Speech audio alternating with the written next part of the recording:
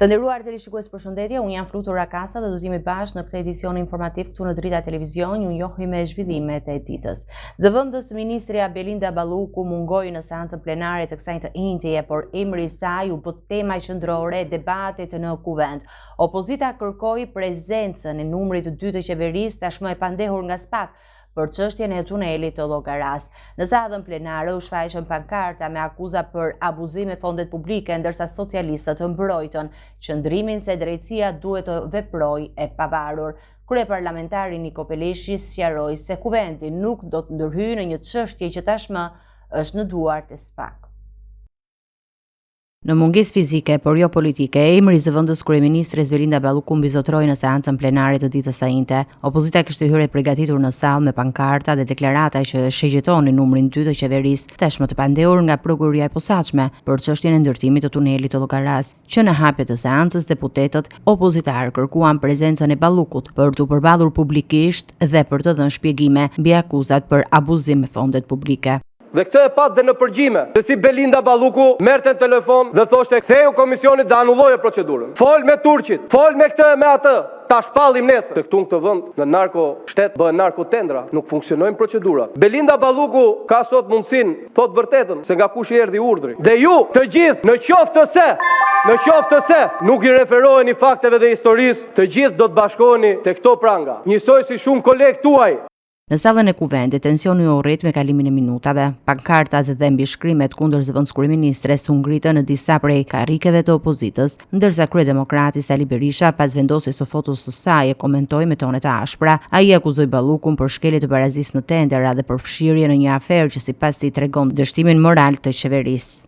Ku e keni ju, zëvendës kryeministren tuaj, drejtuese politike të 10 qarqeve, pse nuk e keni këtu të bëj interpelancën, pse nuk e keni këtu të japi llogari shqiptarëve se ku janë paratë e tyre? Këto paratë e buxhetit shtetit që ju doni t'i kaloni. Halli dihet, sepse nëse zonja Balluku vjen në sallë, gjë e parë që do pyetet është kush është personi ... kush është që kërcënon atë, sepse ka një dosje të prokurorisë posaçme. Në anën tjetër, mazhoranca u përpoq të shuante debatin politik për një çështje që tashmë është në hetim. Kryetari i kuvendit Niko Peleshi mbrojti qëndrimin institucional të socialistëve duke theksuar për aq kohë sa procedurat ndodhen në SPAK, kuvendi nuk do të ndërhyjë apo të marrë rolin e drejtësisë. Jam unë që kam quajtur lubi, askush tjetër, dhe nuk ka heq atë. Por çfarë tregojnë ato mesazhe? Ato mesazhe tregojnë njërin terror. Nuk shtoj veprimet e saj me këtë, por nuk mund të mohohet se mesazhet faktojnë terrorin që ka ajo në detyrë për të përmbushur atë porosi. Nuk e shet njeriu veten në atë mënyrë, siç bën kjo, por e bën për shkak të Edi Ramës, se janë porosi të prera e proret e Edi Ramës. Opozita megjithatë paralajmëroi se do të vazhdojë presionin politik për një përballje direkte me Ballukun në kuvent, ndërsa socialistët mbeten të rezervuar deri në përfundim të hetimeve. Për momentin, çështja Balluku mbetet një nga temat më të nxehta në skenën politike, që pritet të ndikojë edhe në dinamikën e marrëdhënieve mes qeverisë dhe SPAK-ut në javët në vijim.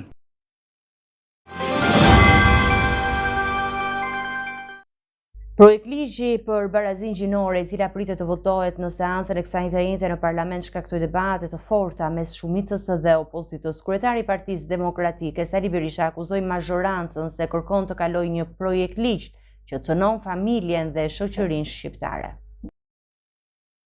Në kërkim të protestave kundër qeverisë Rama, këtë herë Sali Berisha i gjeti mbështetjen përpara kuvendit, ku koalicioni shqiptar pro familjes dhe jetës protestoi kundër projektligjit për barazinë gjinore. Sipas tyre, nisma ligjore i hap rrugë krijimit të gjinive të reja dhe shkatrimit të familjes tradicionale. Por një ligj kryekput ideologjik, i cili bazohet absolutisht në përmbysjen e rendit gjinor, binar, shekullor dhe mbivjeçar, në përmbysjen e familjes dhe vlerave të saj, në përmbysjen e librave të shenjtë dhe moralit të tyre. Pas deklaratës së Berishës reagoi kreu i grupit parlamentar socialist Auland Balla, i cili akuzoi opozitën për përhapje paniku dhe manipulim publiku. motra dhe vëllezër, burra dhe gra të këtij vendi. Përkatësia e shumëfisht është: unë jam një vajzë e dhunuar, jam një vajzë e abuzuar seksualisht, jam një vajzë rome, jam një vajzë që jetoj në një lagje periferike. Por Berisha nuk u ndal me kaq, ai akuzoi ashpër ambasadorin e Bashkimit Evropian në Tiranë, Silvio Gonzato, për qëndrimin e tij në mbështetje të reformave të qeverisë. Ambasadori Gonzato ka kërkuar votimin e ligjit. I kërkoj të nderuarit ambasador të nxjerrë cilat direktive Bashkimit Evropian e kërkon një gjë të tillë. Të nxjerrë cilat direktivë, tu thot shqiptarëve se direktivat janë aty. Kreu i grupit socialist kërkoi dënimin e gjuhës fyese dhe të sulmeve ndaj përfaqësuesve ndërkombëtar, duke bërë thirrje për ruajtjen e etikës parlamentare. Sa i përket këtij sulmi sot, zoti kryetari i Kuvendit, ne do të depozitojmë kërkesë pranë Komisionit të Etikës së Kuvendit të Shqipërisë. Pas debateve politike, majoranca dhe opozita arritën konsensus në Kuvend për zgjedhjen e anëtarëve të Komisionit Rregullator pranë Komisionit Qendror të Zgjedhjeve. Me shumicë votash, Iliriana Nano është zgjedhur kryetare e komisionit, ndërsa u miratuan edhe 4 anëtarë të tjerë me përfaqësim nga të dyja kampet politike.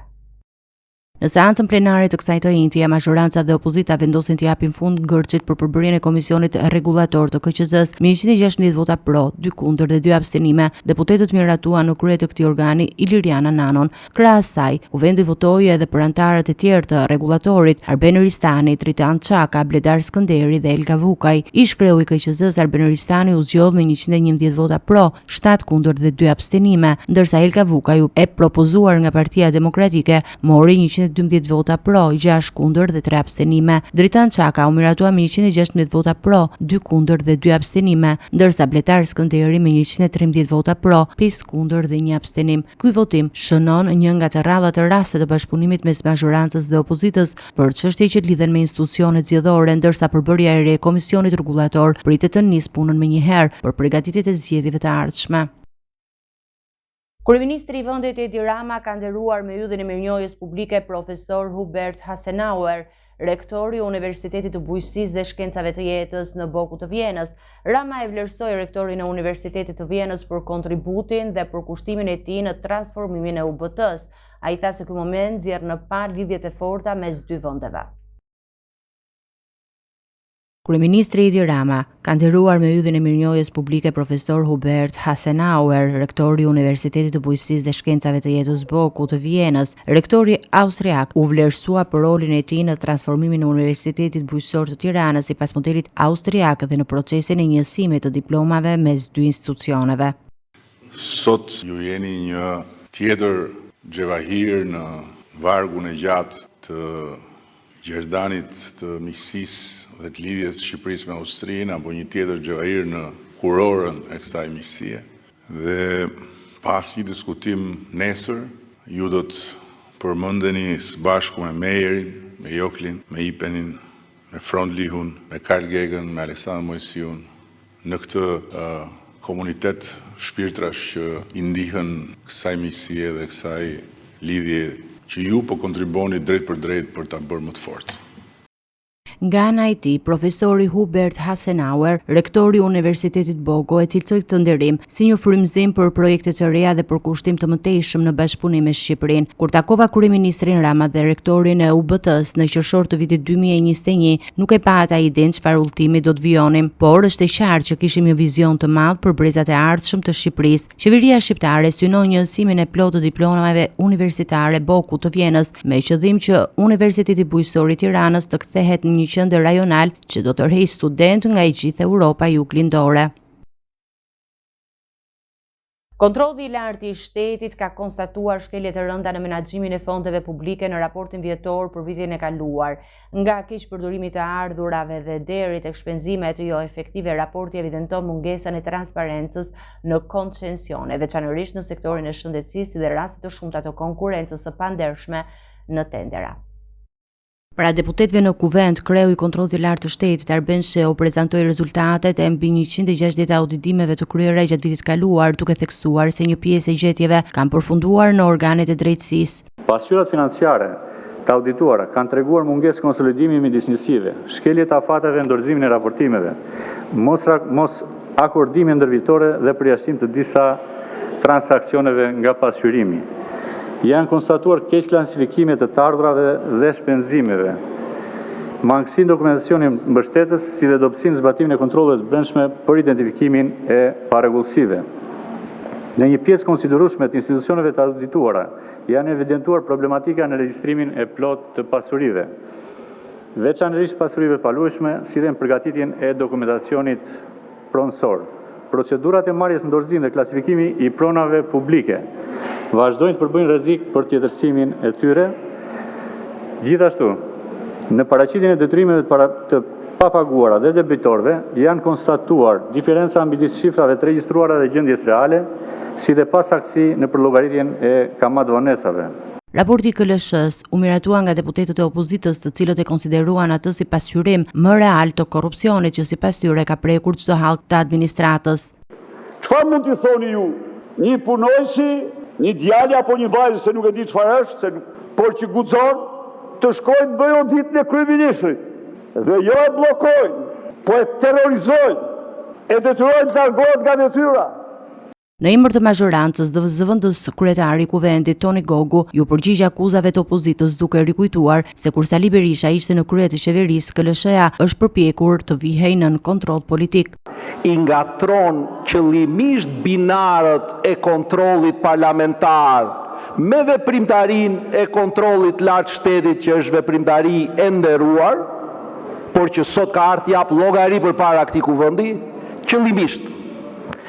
qëllimisht sepse ka një përgjegjësi të madhe publike, qoftë ndaj kontrollit të lartë të shtetit, që me mishe me shpirt është përpjekur ta nënshtroj kur ka qenë kryeministër, por qoftë edhe përpara qytetarëve të këtij vendi, sepse siç po e shikoni sot diskutohet për barazinë. Ndërkohë, deputeti socialist Fatmir Xhafaj theksoi se KLSH-ja është institucion i pavarur dhe detyrë e kuvendit mbetet garantimi i zbatimit të rekomandimeve të saj. Sot u abuzua këtu me shembullin e një punonjësi të KLSH-s, gjë që nuk është fare vërtet. Kontrolli i lartë i shtetit nuk auditon personat as funksionet, por institucionet. Dhe kjo është parimore. Raporti i KLSH-s do dërgohet në komisionet parlamentare për shqyrtim të mëtejshëm, ndërsa një pjesë e materialeve do të hetohen nga prokuroria për shkelje të konstatuara në administratën publike. Gjykata kushtetuese ka vendosur të marrë në shqyrtim ankimimet e ish-presidentit Ilir Meta dhe ish-ministrit të shëndetësisë Ilir Beqaj, të cilët kërkojnë shfuqizimin e masave të sigurisë të dhëna ndaj tyre. Seanca pritet të zhvillohet brenda dhjetorit, ndërsa për Beqajin është caktuar data 23 dhjetor. Të dy ish-zyrtarët janë në qeli të akuzuar nga SPAK për korrupsion dhe abuzime me detyrë.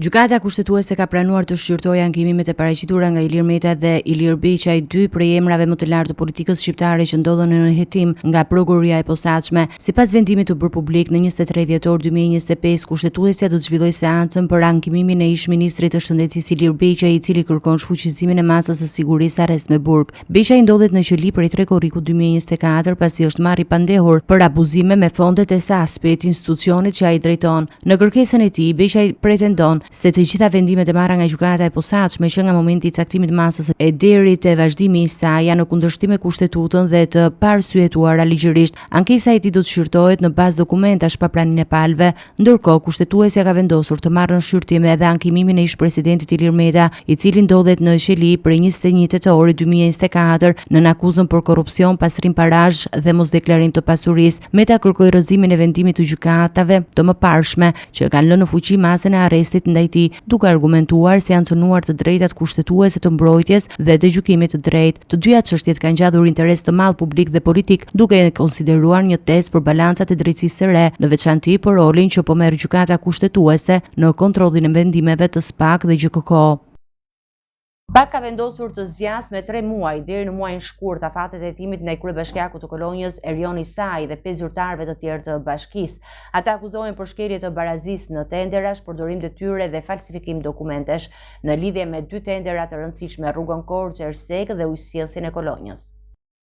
Prokuria e posaçme kundër korrupsionit dhe krimit të organizuar ka vendosur të zgjasë me 3 muaj deri në shkurt hetimet për kryebashkiakun e Kolonjës, Erioni Saj dhe 5 zyrtarë të tjerë të administratës vendore. Zgjatja e afatit hetimor lidhet me nevojën për të kryer veprime të tjera verifikimi dhe për të analizuar dokumentet që kanë të bëjnë me 2 tendera të rëndësishme, ndërtimin e rrugës Korçë-Ersek dhe sistemin e ujësillësit të Kolonjës. Zyrtarët akuzohen për vepra penale të shkeljes së barazisë së pjesëmarrësve në tendera apo ankande publike, shpërdorim të detyrës dhe falsifikim të dokumenteve zyrtare. Hetimet nisën pas problemeve të konstatuara në ndërtimin e rrugës Korçë-Ersek, një pjesë së cilës u shëm më njëherë pas ndërtimit në zonën e njohur si qafa e Qarrit Mollas. Sipas së dosjes hetimore, tenderi për këtë rrugë u fitua nga kompania ANK në pronësi të Agim Kolës, vëllai i deputetit socialist Ndue Kola, ndërkohë projekti dhe mbikëqyrja e punimeve ju besuan kompanisë AE Engineering në pronësi të inxhinieres Entela Çano, e cila dyshohet se kishte lidhje të afërta me kryebashkiakun i saj. Kjo kompani fitoi tenderin me një vlerë pothuajse të barabartë me fondin limit, rreth 200.000 euro, dhe ka rezultuar të ketë mbikëqyrur edhe një sër punimesh të tjera publike në zona të ndryshme të vendit. Ndërtimi i segmentit rrugor, për cilën shteti ka akorduar mbi 21 milion euro nga buxheti, është shoqëruar me akuza për abuzime dhe keq menaxhim, pasi një pjesë e rrugës u shem gjatë punimeve. Avokati Esmeral Gjafa nga Korça depozitoi kallëzim penal ndaj 2 kompanive fituese, Bashkisë Kolonjë dhe Autoritetit Rrugor Shqiptar si autoritet tenderues. SPAK po vijon hetimet për të përcaktuar përgjegjësitë konkrete të zyrtarëve të përfshirë, si dhe për rolin e ARSH-s dhe kompanisë ndërtuese ANK në procedurat e tenderimit dhe cilësinë e punimeve të rrugës Korçë-Ersek. Vendimi për zgjatjen e hetimeve sinjalizon se prokuria e posaçme ka ende element të paqartë për të zbardhur në këtë dosje që lidhet me abuzimet e fondeve publike në infrastrukturë. Në gjykatën e posaçme ka vijuar seanca për dosjen Plumbi Art, ku dëshmoi mjeku Julian Malaj, personi që ka vizituar Nureddin Dumanin pak para arrestimit të tij. Malaj ka dhënë detajet ronditëse mbi rrethanat e vizitës, duke përshkruar frikën dhe presionin që ka ndier pas kontaktit me persona që e thirrën për ndihmë. Në seancën e radhës të procesit gjyqësor për dosjen Plumbi Art, dëshmoi mjeku Julian Malaj, i cili tregoi momentet kur u thirr për të ndihmuar Nureddin Dumanin e plagosur me armë zjarri vetëm pak ditë më para arrestimit të tij. Dikush më mori në telefon orën 9:30 dhe më kërkoi për një vizitë në shtëpi. Më priti një person që çalonte dhe më çoi në disa rrugica që nuk i njihja. U futun fillimisht në një garazh e më pas në një apartament. Ai shtoi se para se të hynte brenda, ju kërkuaj që mos tregonte asgjë për atë që do të shite. Në apartament ishte një person me fashun në kurriz, një kaçurelc që kishte plagë me armë zjarri. Kuptova se kishte nevojë për ndërhyrje kirurgjikale, pasi plumbi nuk ishte dalë nga trupi. Aty ndodhej dhe një vajzë, si dhe një person tjetër që quhej Brdalla, i cili kishte laborator. Sipas tij, vizita zgjati vetëm pak minuta, por pas largimit ai ndjeu se po ndiqej. Kur shkova në spital, pash një mjet që vinte nga pas. Edhe në shtëpi u ktheva me frikë. Nuk fola me personin që ishte i plagosur. Mjeku tha se apartamenti ndodhej në katin e 5 të një godine me ashensor, por nuk ishte në gjendje të tregonte adresën e saktë, pasi nuk e njihte zonën. Dëshmia e tij është një nga provat që prokuria e posaçme po përdor për të ndërtuar zinxhirin e ngjarjeve që çuan në zbulimin e rrjetit kriminal të njohur si Plumbi Art, ku Damianit ju ofruan mbrojtje në këmbim të bashkëpunimit me drejtsinë.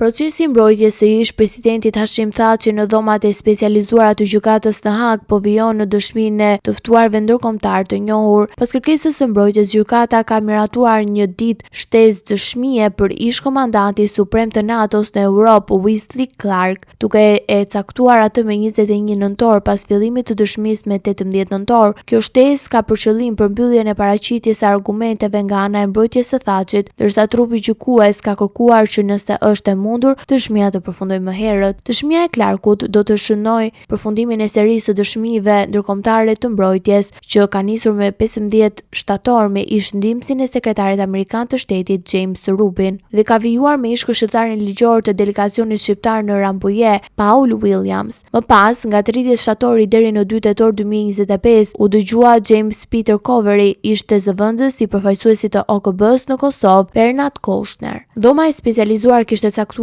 më parë datën 14 nëntor 2025 si përfundimin e çështjes së mbrojtjes, ndërsa deri me 22 dhjetor 2025 pritet dorëzimi i deklaratave mbi ndikimin e krimeve të pretenduara tek viktimat. Ky proces është pjesë e përpjekjeve për të siguruar një gjykim të plotë dhe të drejtë, duke marrë në konsiderat dëshmitë ndërkombëtare dhe argumentet ligjore të mbrojtjes.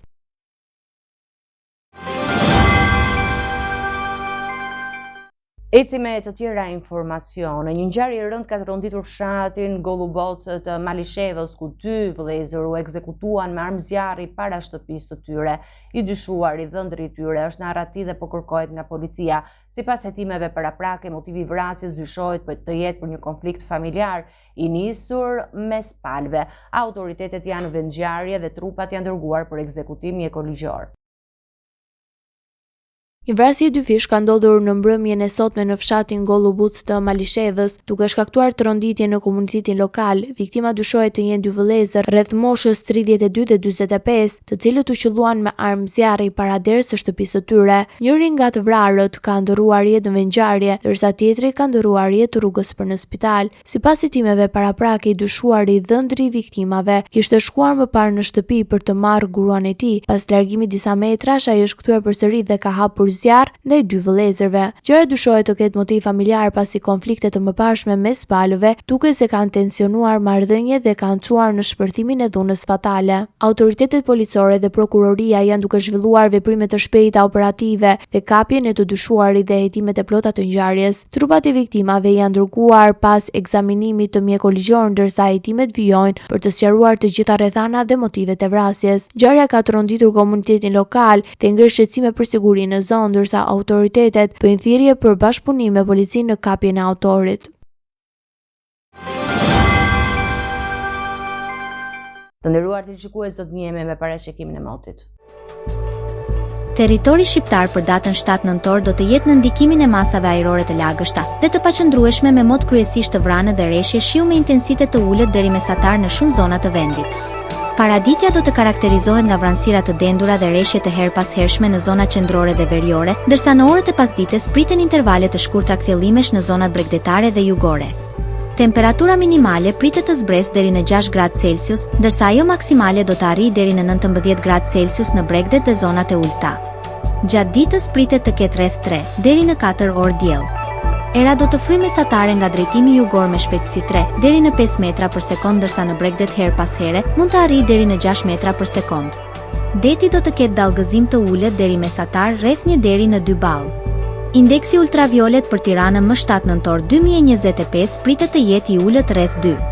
Sipas burimeve astronomike, lindja e diellit në Tiranë më 7 nëntor do të jetë në orën 6:12, ndërsa perëndimi në orën 16:37 minuta.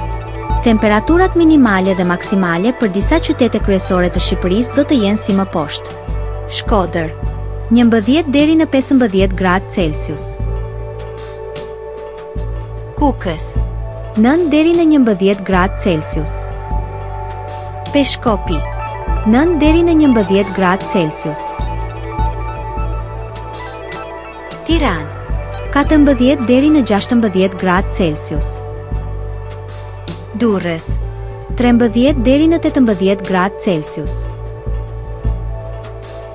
Kavaj, 12 deri në 16 gradë Celsius. Elbasan, 13 deri në 16 gradë Celsius. Bera, 13 deri në 18 gradë Celsius. Korçë, 6 deri në 11 gradë Celsius.